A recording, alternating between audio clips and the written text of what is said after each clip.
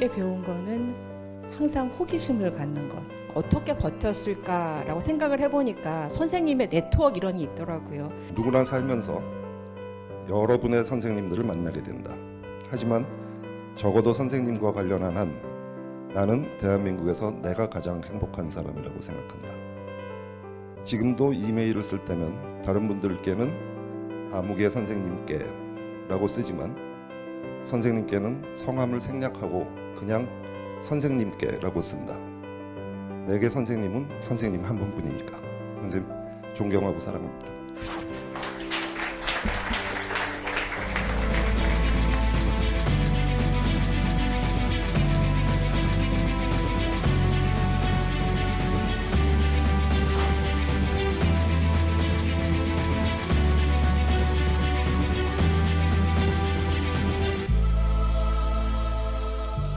그래서 저는 제자가 나를 선생님이라고 부르는지를 처음 들은 것 같아요. 그 생각을 별로 안 해보고 있었던 것 같은데 살면서 애들에게 뭔가 이렇게 보여주고 가르쳐주고 싶어서 열심히 노력했던 그런 기억이 나는데 아마 그게 애들이 고마워서 그런 거 아닌가? 그 당시에 환경이라는 게 유학비는 너무 비싸죠. 우리 집안의 경제적 형편은 유학 갈 형편도 안 되고. 근데 그때 저한테 아주 개인적인 우연한 계기가 있었어요. 시장에 자전거를 타고 빠져나가야 할 상황이 됐는데 멀리서 보니까 시장이 사람들을 바글바글하죠. 그걸 자전거가 못 빠져나갈 것 같았어요. 근데 한번 부딪혀보자 하고 자전거가 이렇게 가보니까 조금씩 틈이 열리고 자전거가 다 빠져나가더라고요. 아, 부딪히면 길이 열리는 거구나. 환경은 어렵지만 한번 부딪혀보자. 근데 신문 광고에 조그맣게 났어요. 뭐 장학생 선발 무슨 시험 어디. 그래서 처음으로 그 시험장에 간 게 고등교육재단을 만났던 첫 인연이었었어요. 시험 문제를 보고 제가 큰 쇼크를 먹었죠. 영어 시험이었어요. 책을 이렇게 두꺼운 걸 나눠주더니 시간은 2시간을 주더라고요. 이 책을 읽고 중요 내용을 요약한 다음에 비판하라. 그것도 영어로 써서. 그 쇼크를 먹었죠. 근데 어쨌든 그 2시간 동안 정말 몰입이라는 게 이런 거구나 할 정도로 아무 생각 없이 몰입해서 그거를 어떤 식으로 답을 쓰고 나왔던 것 같아요. 사실은 저는 최정련 회장님을 만난 게 아주 그 인생에 있어서 큰 전환점이었다라고 생각을 해요. 학생들을 그렇게 사랑을 하셔서 유학 떠날 때도 집에 이렇게 초청을 해서 자기 집에서 이렇게 밥을 지어서 이렇게 격려하고 얘기 들어주고 그런 모습들이 나 같으면 그때 그렇게 못했을 것 같은데 그렇게 참 그 애정 어리게 해주시더라고요. 그래서 그분이 나한테 남긴 가장 큰 정신 중에 하나는 미래 세대의 갑자라는 pay it forward 개념이에요. pay back 할 수 없잖아요, 제가. 어떻게 회장님께 pay back 하겠어요. pay forward 할 수밖에 없죠. 그래서 나는 평생을 살아오면서 그분에게서 받은 빚을 미래 세대에 갚는 페이 포워드 정신을 실천하겠다. 또 한 가지 배운 걸 꼽으라면은 그분의 소탈함이라고 생각해요. 그때만 해도 회장님이신데 자영 있잖아요. 학생들하고 어디 옮길 때면은 학생들과 같이 버스에 올라타세요. 자가용 안 타시고 그 학생들하고 막 웃으면서 이렇게 대화하시고 그때 보고 참 저는 소탈함 참 멋있다 이런 생각을 했던 기억이 납니다.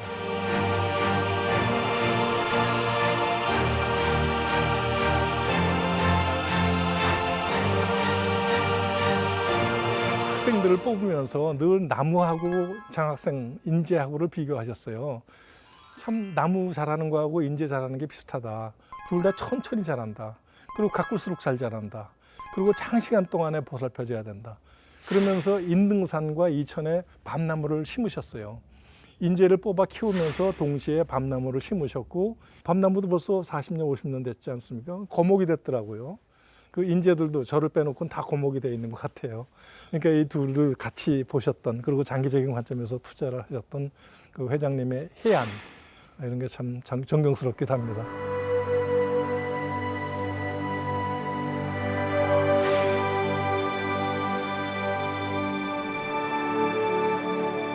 기업을 위해서 그랬다면은 아마 다른 식으로 투자하셨을 거예요. 돌아와서 뭐 우리를 위해서 뭘 해라 이런 얘기 전혀 없으셨고 사회학이 당시에 무슨 의미가 있었겠어요. 경제 성장해야 되죠.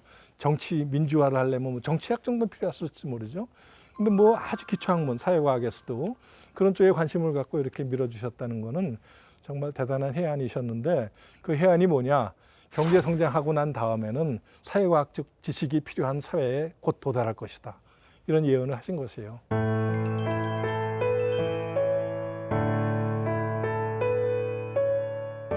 저는 우리나라 영어 교육이 참 잘못됐다는 걸 미국에 딱 도착하자마자 그냥 뼈저리게 깨달았어요.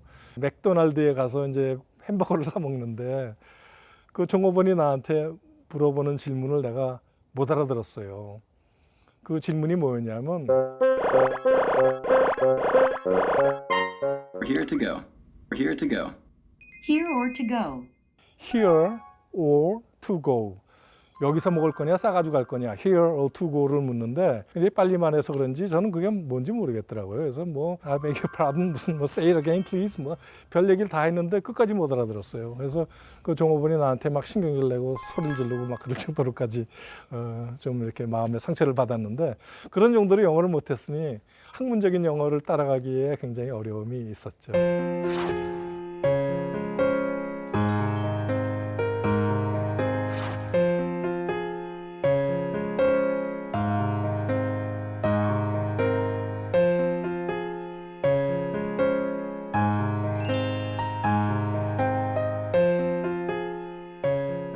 문과 이과의 구분이 철폐돼야 되죠, 당연히. 그 저는 사실 연세대학교 총장을 할 때 문과생들을 위한 AI 과정을 만들었어요. 그 대학원에.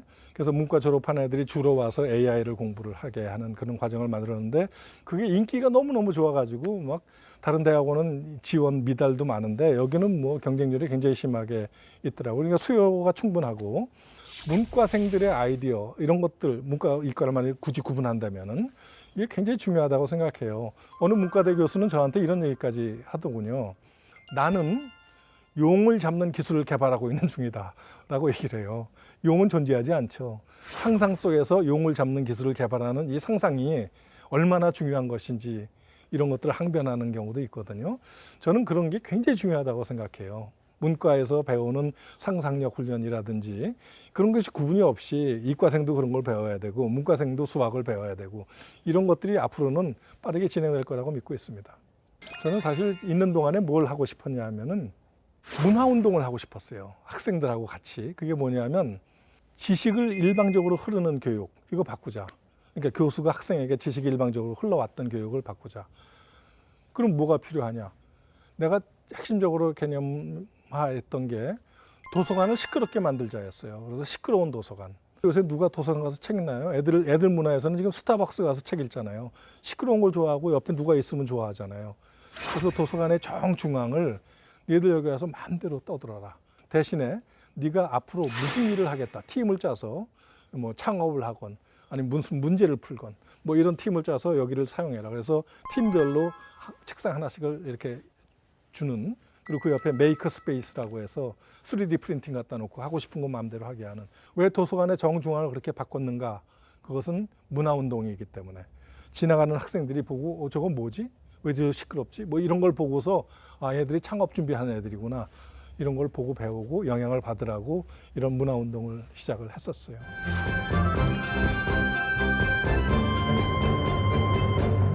여태까지는 똑똑한 인재를 키우기 위해서 노력을 했는데 저는 따뜻한 인재가 필요한 세대가 오고 있다. 이미 왔다고 생각을 합니다. 지식의 똑똑함은 인공지능에게 물어보면 답이 금방 나올 때가 곧 올 겁니다. 이미 많이 와 있죠. 근데 그걸 향해서 모든 교육이 투자된다는 거는 좀 방향이 잘못된 거 아닌가. 그러면 이 따뜻함이라는 게 뭘까요?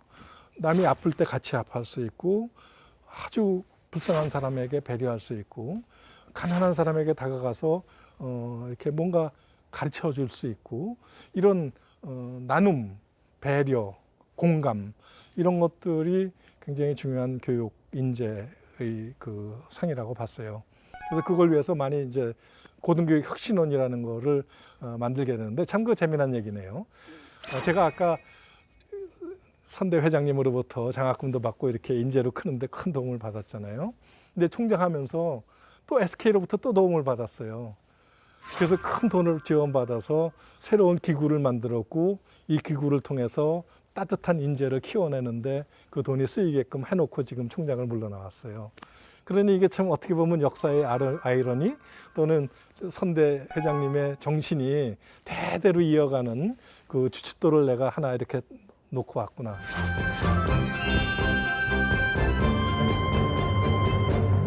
이 사회가 앞으로 어디로 갈 것인가, 이 궁금증이 있어야 될 것 같아요.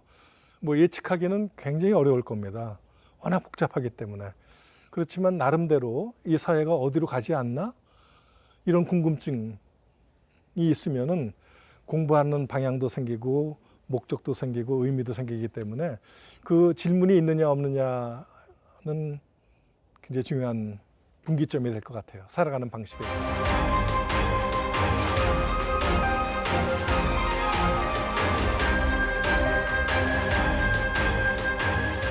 혹시 한 명이라도 또는 두 명이라도 제 강의를 듣고 자기 인생의 생각을 고치거나 또는 방향을 설정할 수 있는데 도움이 된다면은 기꺼이 해야겠다 하고 해서 이 자리에 나왔습니다. 사실 저는 제 인생을 얘기하고 제 학문이 어떻게 전개되었는지를 이야기하려면은 고등학교 때의 경험부터 얘기하지 않을 수가 없네요. 저는 고등학교 때 인생의 삶의 의의를 몰라서 무척이나 방황했었습니다. 주변에서 공부 열심히 하는 친구들 보면은 저 친구는 왜 저렇게 공부를 하나, 의미도 모르는 채, 그러고 비웃고, 저는 밖에서 방황하며 놀고, 그러다가 가장 친한 친구가 어느 날 미국으로 이민을 떠나게 되는 날, 저는 더 이상 참지를 못하고 가출을 했습니다. 이틀째 밤 여관에서 잠을 자고 있는데 꿈속에서 어머니 목소리가 들리더라고요. 그래서 꿈에서 어머니 꿈을 꾸고 있구나라고 무의식적으로 이렇게 생각하고 있었는데 내가 깨어났는데도 어머니 목소리가 계속 들리는 거예요. 그래서 신기하다라고 잘 들어보니까 우리 어머니하고 외삼촌이 옆방에서 이야기하는 목소리가 제 귀에 들려왔어요. 그래서 안 되겠다, 도망가야겠다. 그리고 여관복 문을 살짝 열고 신발을 들고 구두 소리가 날까 봐. 그리고 문을 향해서 나가서 문을 열려고 그러는데 갑자기 문이 드르륵 열리면서 어머니하고 눈이 탁 마주쳤어요. 저는 지금도 생각해 보면은 그때 어머니하고 이런 우연한 다시 만남이 없었으면은 제 인생이 어디로 갔을까 지금도 참 궁금해요.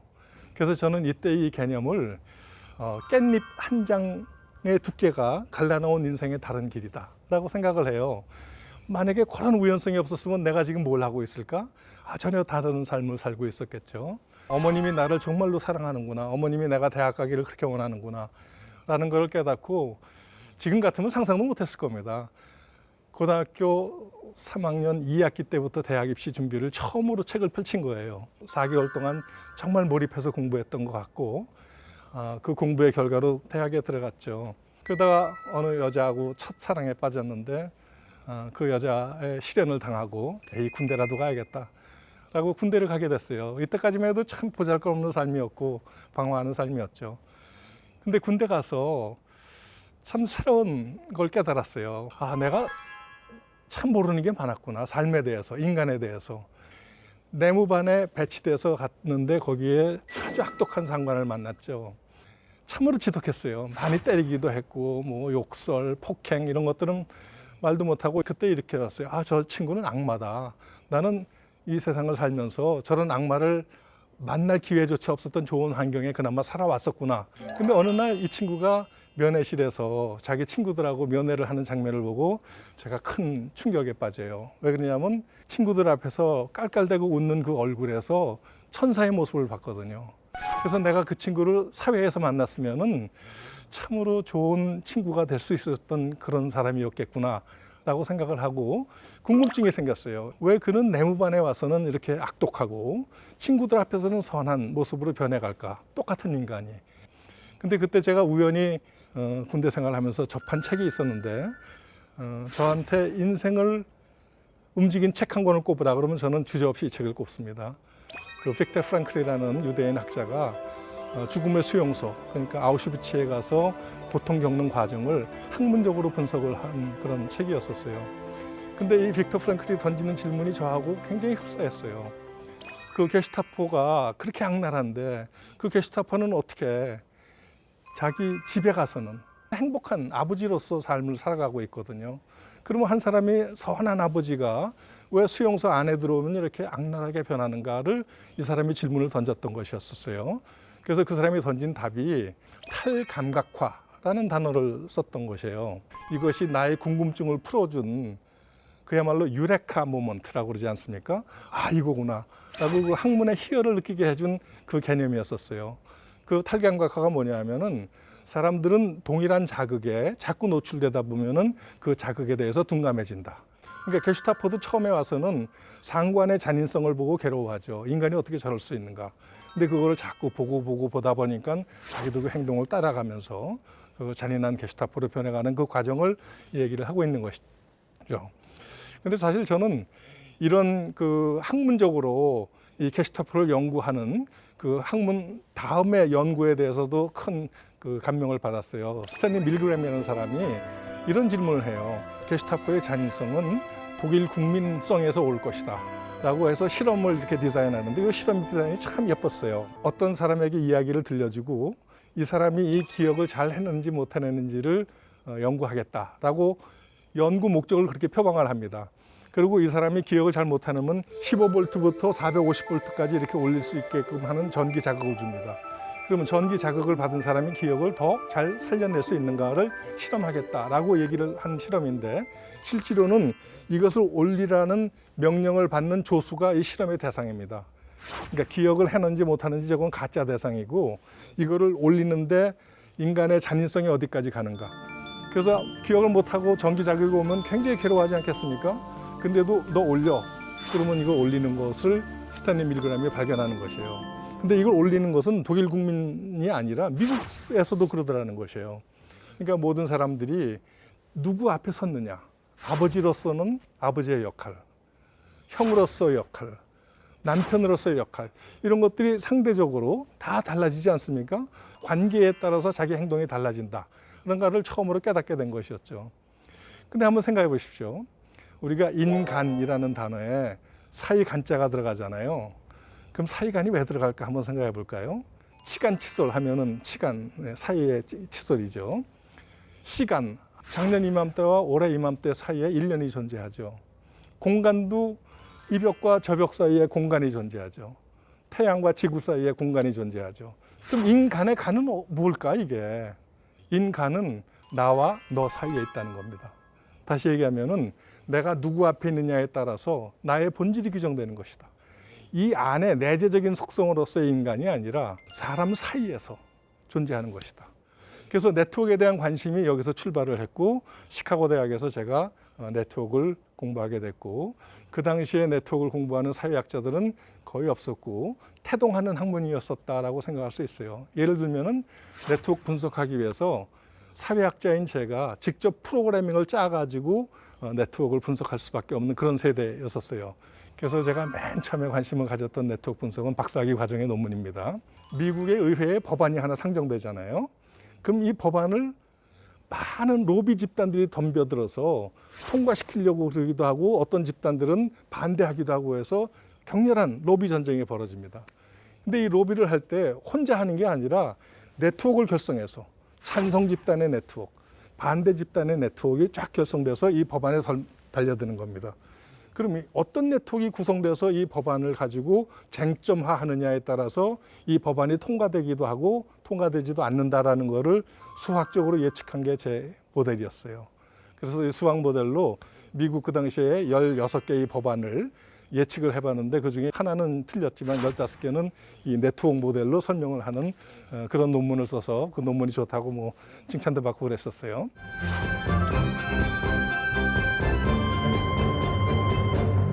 한국에 돌아와서 네트워크 관점은 그 당시에 지역 감정이라는 게 굉장히 핫 이슈였었어요. 영혼함 간의 지역 감정. 근데 사실 지역 감정은 영혼함 간의 감정이 아니에요. 전국과 지역들 사이에 감정들이 다 있어요. 근데 여기서 재밌었던 거는 결혼을 사람들이 하잖아요. 그러면 영남 사람들은 영남 사람들하고 얼마나 결혼하고 호남 사람들은 호남 사람들하고 얼마나 결혼을 하는가. 그러니까 지역 간 결혼도 이때 같이 연구를 했어요. 그래서 처음으로 우리나라에서 밝혀진 사실이긴 합니다만은 그 당시에 호남 사람들이 자기들 지역 사이에서의 결혼 비율이 제일 높은 지역이다. 뭐 이런 것들을 연구를 했죠. 근데 이 결혼을 연구하다 보니까 나중에 이 연구가 어디까지 가냐면은 결혼정보회사의 그 정보를 얻어다가 분석을 하기도 했어요. 결혼정보회사에 가면은 아주 재미난 데이터가 있어요. 입회원서를 내지 않습니까? 그리고 입회비를 내면은 8번의 주선을 해줘요, 회사가. 그러면 커플 매니저들이 면담을 합니다. 맨 마지막에 인상직수라는 거를 평가를 해요. 5등급으로 A, B, C, D, E 등급으로 이렇게 해요. 그래서 제가 네트워크 분석 중에서 재미난 분석 중에 하나가 우리나라에서 남녀가 결혼에 성공을 할 때 여성의 미모가 한 등급 증가하면은 남편의 연봉이 얼마큼 증가하는가 뭐 이런 것들도 분석을 할 수 있었어요. 근데 이게 저는 재미난 게 보통 우리가 국세청에다 소득 자료를 낼 때는 자꾸 낮추려고 그러잖아요. 근데 결혼정보회사에다가 소득 자료를 낼 때는 자꾸 높이려고 증빙 자료를 많이 내요. 그러니까 가장 정확한 소득 자료라고 볼 수도 있겠죠. 이 상호작용을 네트워크로 분석을 해서 삼국지 네트워크도 분석을 해봤어요. 그럼 삼국지 네트워크 전체에서 누가 가장 센터의 중심 인물일까? 이거는 참 재미난데 놀랍게도 조조예요. 2위가 유비, 3위가 손권 이런 정도로 네트워크의 중심성이 달라져요. 그러니까 중심성이라는 거는 연결선을 제일 많이 가질 뿐만 아니라 네트워크 전체 구조에서 가장 중앙에 위치하는. 그리고 또 한 가지 제가 관심 있게 봤던 거는 대중가요의 네트워크도 분석했어요. 여자는 배, 남자는 항구. 그럼 이 개념이 연결됐다고 보는 것이에요. 그러면 목포는 항구다. 그러면은 항구와 목포가 들어오죠. 목포의 눈물. 그럼 목포와 눈물이 연결되죠. 그럼 우리나라 모든 가요에 등장하는 개념들의 네트워크가 형성돼요. 그러면 이 네트워크에서 가장 중심에 있는 단어는 뭘까? 그 단어는 뭘 것 같으세요? 그 단어는 바로 사랑이에요. 근데 이거를 60년대와 70년대, 80년대, 2000년대 이렇게 대중가요의 네트워크가 변천하는 것이 우리 사회의 변천을 그대로 보여주는 것을 의미한다. 이런 논문도 쓰고 그랬죠. 예를 들면 60년대 대중가요와 70년대 대중가요를 보면은 여기에 자연이 굉장히 많이 등장해요. 안개, 무슨 뭐 물안개 뭐 이런 거 있잖아요. 무슨 꽃반지에 무슨 꽃 뭐 자연이 많이 등장하는데 2000년대 오면 자연이 거의 사라져요. 그리고 표현이 굉장히 직설적으로 바뀌어요. 아시다시피 뭐 너는 내 거야 뭐 이런 식으로 이 대중가요 개념이 바뀌죠. 그러니까 네트워크라는 것에 관심이 노드와 링크로 구성되어 있는데 이런 것들이 굉장히 많아져요. 그 이유는 뭐냐면 물리학이 발전하면서 물리학자들이 인터넷 네트워크를 연구하기 시작했고 이 인터넷 네트워크를 연구하면서 사회과학자들한테 많은 영향을 미쳤어요. 첫 번째, 물리학자들이 네트워크를 분석하기 시작하니까 대중들의 관심이 확 일어났어요. 그래서 이때 복잡계 과학이라는 게 등장을 해요. 한 가지 간단한 예를 들어볼게요. 캘리포니아주에서 어부들이 데모를 했어요. 주정부 청사에 와서. 자기들이 잡는 대구라는 물고기가 자꾸 어획량이 줄어들어. 그래서 이렇게 보니까 물개가 자꾸 잡아먹거든요. 그래서 물개를 사냥할 수 있는 권한을 달라. 그러면 1년에 몇 마리까지 죽여도 물개가 보존되면서 대구가 늘어날까를 계산해보고 싶었지 않겠어요. 그래서 연구를 시켰겠죠. 그랬더니 답이 뭔지 아세요? 답이 모르겠다예요. 왜 모르느냐 하면요. 물개하고 대구 사이의 네트워크에 경로의 가지수를 세어봤더니 2억 2,500만 가지래요. 그럼 물개를 죽였을 때 이게 대구까지 미치는 영향이 2억 5천만 가지의 경로로다가 영향을 미치는 결과를 알 수 있겠어요? 그래서 복잡계 네트워크가 참으로 놀라운 결과들을 많이 우리한테 보여주는데 예를 들면은 우리가 유전 정보 DNA가 단백질을 만들어내서 단백질도 네트워크로 분석할 수가 있어요. 약이 우리가 약을 먹으면은 이 단백질에 영향을 미쳐요. 약이. 그러면 어떤 약은 이 네트워크 구조에서 여기에 영향 미치고 어떤 약은 여기에 영향 미치고 영향 미치는 분야가 다르지 않겠어요? 근데 사람이 죽을 병에 걸린 약은 이 단백질 네트워크의 중앙을 건드리고 있더라. 이런 얘기를 하는 것이에요. 이게 의미가 뭘까? 우리가 친구 네트워크에서 친구 네트워크를 와해시키려면 어떻게 해야 될까요? 친구 네트워크에 스타를 제거하면은 친구 네트워크가 와해되거든요. 왕따를 제거한다고 네트워크가 변하진 않아요. 이제 이런 식의 연구들이 복잡계 네트워크에서 빠르게 진행됐었어요. 그러니까 제가 그런 때 사회과학에서 네트워크를 연구한 사람으로 복잡계에도 관심을 갖게 되는 것은 너무나 당연한 일이었겠죠. 근데 어떻게 인생의 막바지에 들어와서 총장까지 하게 됐어요. 대학 총장.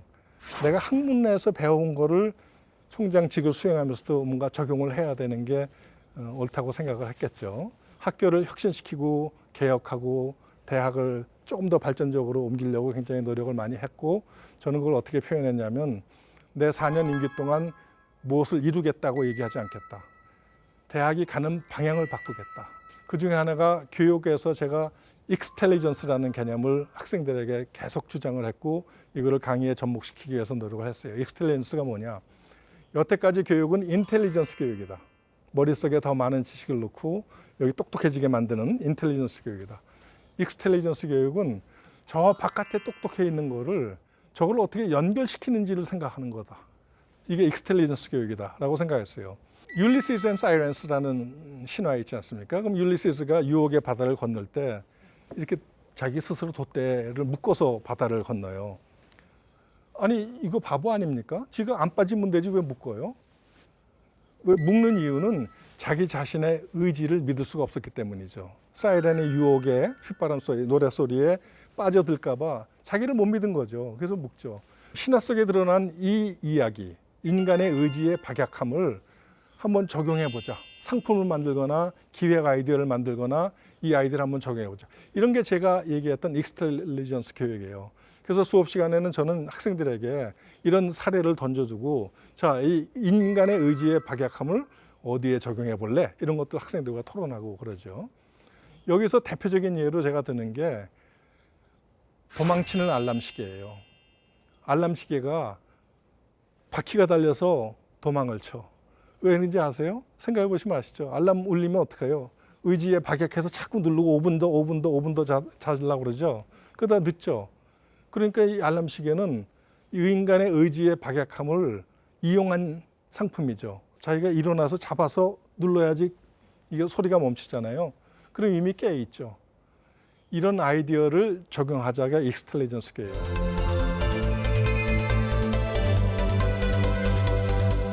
학문, 제가 평생 해온 학문의 그 뜻을 잘 생각해 보면 질문하는 법을 배운다가 학문이에요.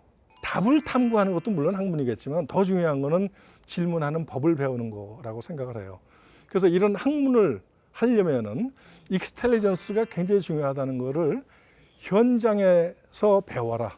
그래서 수업 시간에 칠판으로 하는 교육을 끄집어내서 현장에다가 투입을 했어요.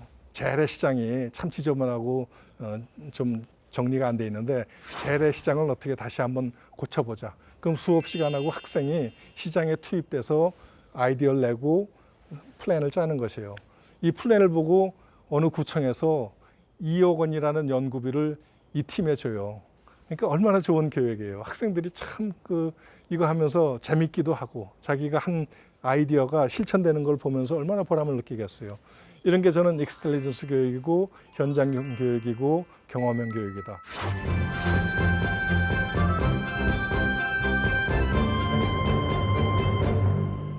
사실 저는 사회학자로서 상징의 중요성을 굉장히 중요하게 생각해요. 상징. 나는 누구다. 이 정체성도 상징이에요, 사실은. 상징이 얼마나 중요한지를 사회학자로서 잘 알았기 때문에 이 상징을 아이들에게 이렇게 교육하고 생각해보게 하려고 노력을 많이 했었죠. 간단한 예를 들어볼게요. 라이언 일병구하기라는 영화가 우리나라에서 많은 사람이 봤을 거예요. 라이언 일병구하기는 3명의 전사를 했어, 형들은. 4번째 아들이 전장에서 죽을지 모를지 어디 적진에 갇혀 홀로 떨어져 있어요. 근데 사령관이 이 한 명을 구하는 결정을 내려요.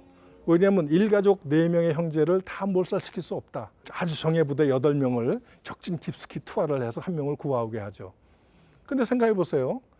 살아있는지 죽어있는지도 모르는 이 한 명을 위해서 8명의 생명을 사지에 몰아넣는 거거든요. 이거 사령관이 어떻게 이런 결정을 하죠? 나는 그런 질문을 당연히 할 줄 알았어요. 영화 보는 사람들이. 근데 영화 보는 사람들이 이런 질문을 별로 안 하고 봐요. 왜 그러냐면 너무 당연하게 받아들이죠. 왜? 한 명의 저 목숨은 8명보다 더 귀할 수 있다. 그게 가치고 상징이기 때문에.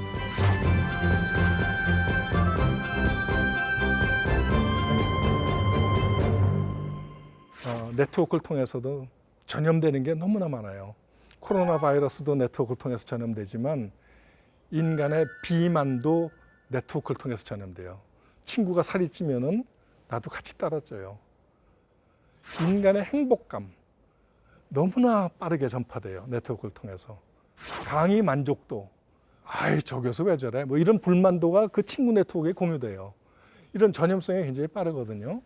근데 우리나라 네트워크는 악플 네트워크에 의해서 너무 불행해지고 있는 네트워크로 가고 있어요.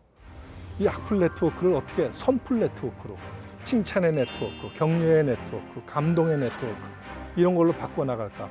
이런 것들이 참 우선 당장 필요한 것 같고요. 더욱 중요한 것은 우리가 네트워크가 지금 자꾸 분열되고 있는 이런 상황으로 가고 있어요. 예를 들면은 트럼프 지지자와 트럼프 반대자, 영국에서는 브렉시트 지지자와 브렉시트 찬성자, 이 단절이 너무나 골이 깊은데 이것이 우리나라에도 조국 백서와 조국 흑서 사이의 단절, 지금도 오늘도 벌어지고 있는 일이에요. 이런 단절이 네트워크를 지금 쫙 갈라놓고 있어요. 그래서 이거를 어떻게 복원시킬까, 이런 것들에 대해서 네트워크 연구하는 사람들이 힘을 모으고 지혜를 모아야 될 것 같다는 생각이 들어요.